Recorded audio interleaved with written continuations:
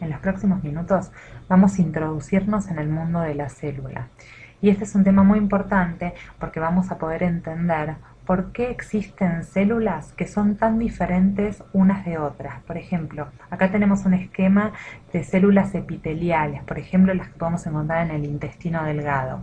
Estas células muy poco se parecen a las neuronas como tenemos acá en celeste, que tienen dendritas, que tienen axones, ¿sí? Estas son parte de las estructuras de una célula neuronal que necesita conectarse desde la cabeza hasta los pies para poder llevar un estímulo y hacer que una pierna se mueva. Muy diferente es de una célula como la que tenemos acá en naranja, una célula muscular, que tiene que contraerse para que el músculo pueda ejercer la función de movimiento.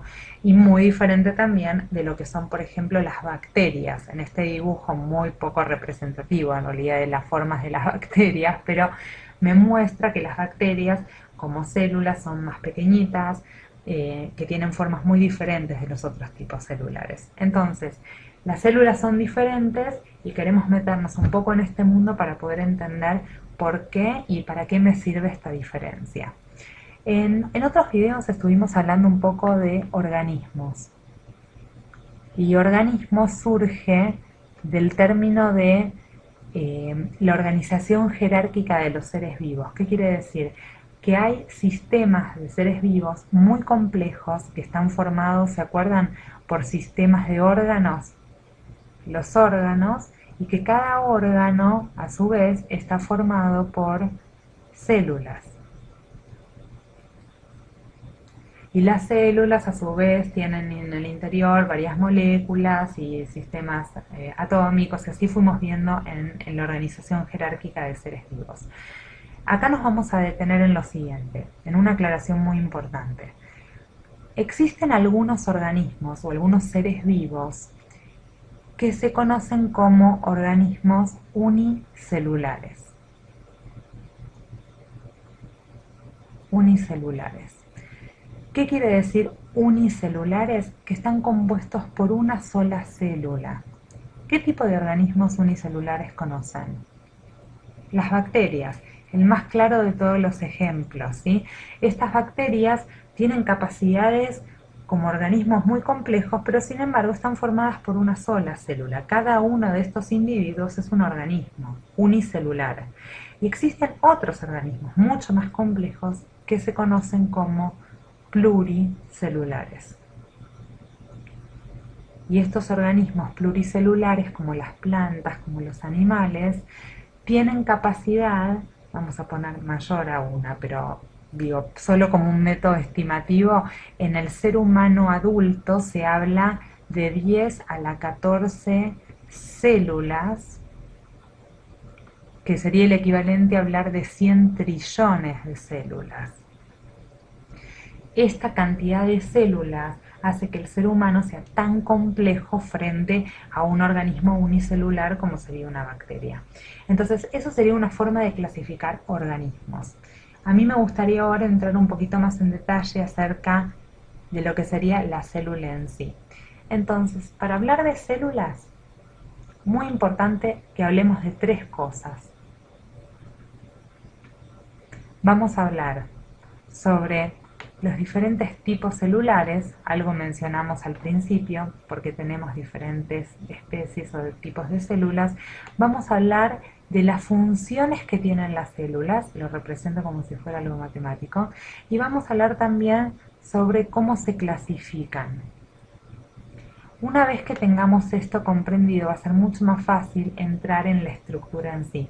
Entonces, respecto de los tipos celulares, si volvemos a los esquemas de arriba, vamos a poder entender que una célula neuronal como esta necesita tener estructuras como la que les mencioné, el axón, que es este fragmento de aquí de la célula, que es lo que une el cuerpo de una neurona en el cerebro con el cuerpo de otra neurona en, por ejemplo, una pierna.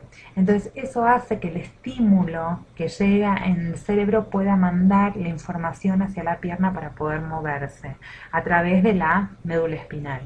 Entonces esto que es muy característico de las neuronas, de algunas de las neuronas, no se ve, por ejemplo, en un tracto intestinal, donde la función tiene que ser poder absorber los nutrientes que pasan a través del intestino para ser absorbido y llegar luego a la circulación. Acá estarían los vasos sanguíneos. ¿Sí? Entonces, cada una de las células adopta una forma para poder acomodarse a la función. Vamos entonces de nuevo hacia abajo y vamos a ver que entonces ya mencionamos los tipos celulares y que ahora es importante seguir hablando sobre el tema de las funciones. Las células como funciones, y los vas a encontrar en muchos de los textos, te diría que tienen tres funciones. La función de nutrición, la función de relación o vínculo y la función de reproducción o de dividirse. Vamos a ir un poquito en cada uno de ellos a verlos en detalle. Cuando hablamos de nutrición, lo que estamos diciendo es que la célula tiene que ser capaz de poder incorporar nutrientes y obtener energía. La obtención de energía en la célula es a través de una cadena respiratoria que ocurre dentro de la célula, y esto lo vamos a ver específicamente en varios videos. La energía es necesaria, proviene de alimentos que la célula consume. ¿Qué alimentos? Y a veces es la glucosa, a veces son otro tipo de moléculas que generan energía, y la energía en la célula se genera a través de la síntesis de moléculas energéticas que las conocemos como el ATP. Más adelante vamos a ir hablando mucho más de esto, pero el concepto que nos tiene que quedar ahora es que la célula tiene que cumplir la función de la nutrición. También tiene que cumplir como función la de la relación o el vínculo. Las células por lo general no funcionan por separado, tiene que haber estímulos entre ellas. Estímulos entre ellas o estímulos de la célula con el medio ambiente. Y para que eso ocurra, las células en la membrana que la rodea tiene muchas proteínas que generan como sensores. Entonces, para que una célula funcione bien, tiene que existir la función de relación. Y por último, hablemos de la función de la reproducción. Muy importante el proceso conocido como mitosis o como la meiosis, que son formas en que la célula puede dividir su material genético y generar otras células hijas. Muy importante para desarrollar los órganos, para crecer, para formar desde un feto hasta un adulto maduro. Muy importante para muchas de las funciones de muchos órganos que incluso en la adultez siguen reproduciendo sus células. Entonces, entendiendo que las células cumplen por lo menos tres funciones, y hay varias más, que muchas veces no están nombradas en los textos, podemos entender ahora que existe un sistema de clasificación. Se clasifican. Y el sistema de clasificación, vamos a traerlo acá, y vamos a tildarlo. La clasificación de las células en general la vamos a encontrar así.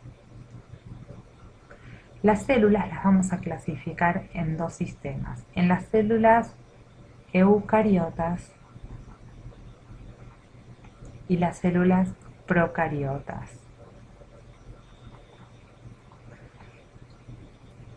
Vamos a empezar por lo más sencillo a lo más complejo. Las células procariotas, el más claro ejemplo son las bacterias.